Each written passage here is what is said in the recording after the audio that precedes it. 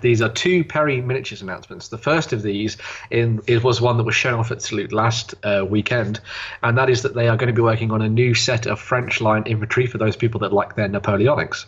The models you're seeing here are their 3-ups, so they're slightly larger than you would have imagined. These are like the big ones that they sort of then take everything down from and turn them into the sprues and stuff that you see in your normal boxes. These are going to be a set of plastic miniatures that will cover the period between 1807 and 1814 for all those people that want to be very, very specific about it all.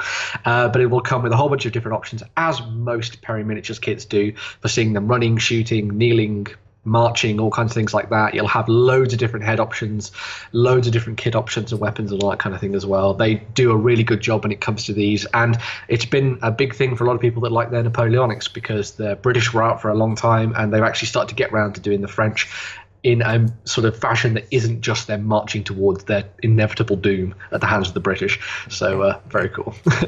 Now, am I right in assuming that the Perrys are still doing purely traditional sculpts? Yes. Yeah.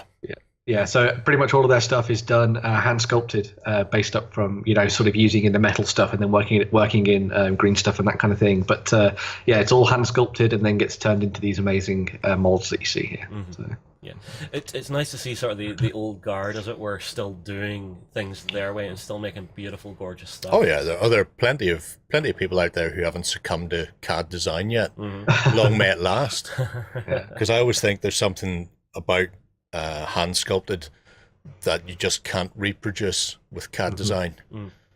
Well, it's the artistry of sculpting versus the technical aspect of it whenever you're working in a 3D design. Yeah, but the 3D always just looks a bit too smooth. Ah, I see. It doesn't have some of the... So what, you like seeing the odd fingerprint in the model? Well, no, I never like seeing a fingerprint in the model. That just shows a lack of talent there if they don't smooth out their fingerprints. But the...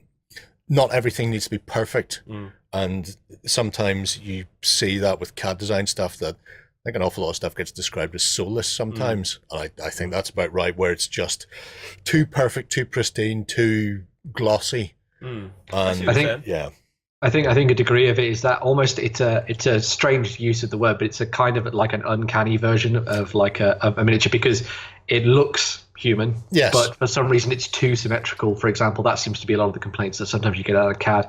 We're seeing a lot of people doing some amazing stuff in that kind of field, like the guys at Weird do some fantastic stuff with their miniatures when it comes to their like the way that they develop things for their characters and that kind of thing. But yeah, I do agree that there is something about those hand sculpted models that still rings true with a lot of people. So see, I really think it depends on what you're trying to represent between the two methods. If you've got like a vehicle or something that's, say, high sci-fi and stuff, you're expecting that precision, but those perfect hard lines. But if it's something older, that's fine. Like horse Napoleonic stuff, that you would expect. Yeah, there's going to be some flaws, some bumps and dents in it.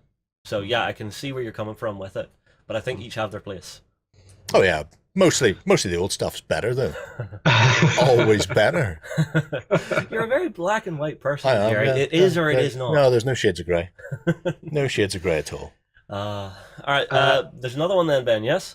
Yeah, so some more stuff from the Perrys that came out a couple of weeks ago and was announced was released at Salute, was the addition of their new US Infantry set that came out. So this was again, large plastic set that comes with a whole bunch of different options for you to create your new US Army on the tabletop. So for example, if you're going to be playing something like D-Day, or you're going to be battling through France and Normandy during the invasions, that kind of thing, in games like Bolt Action, here are your 28mm options for you to bring to the table. As I say, a little bit like what they did with the French, there's going to be loads of character packed into these. So if you want to build your standard troopers, if you want to build your commanders, your officers and that kind of thing, you're always going to have some kind of option in there as well, which is really cool.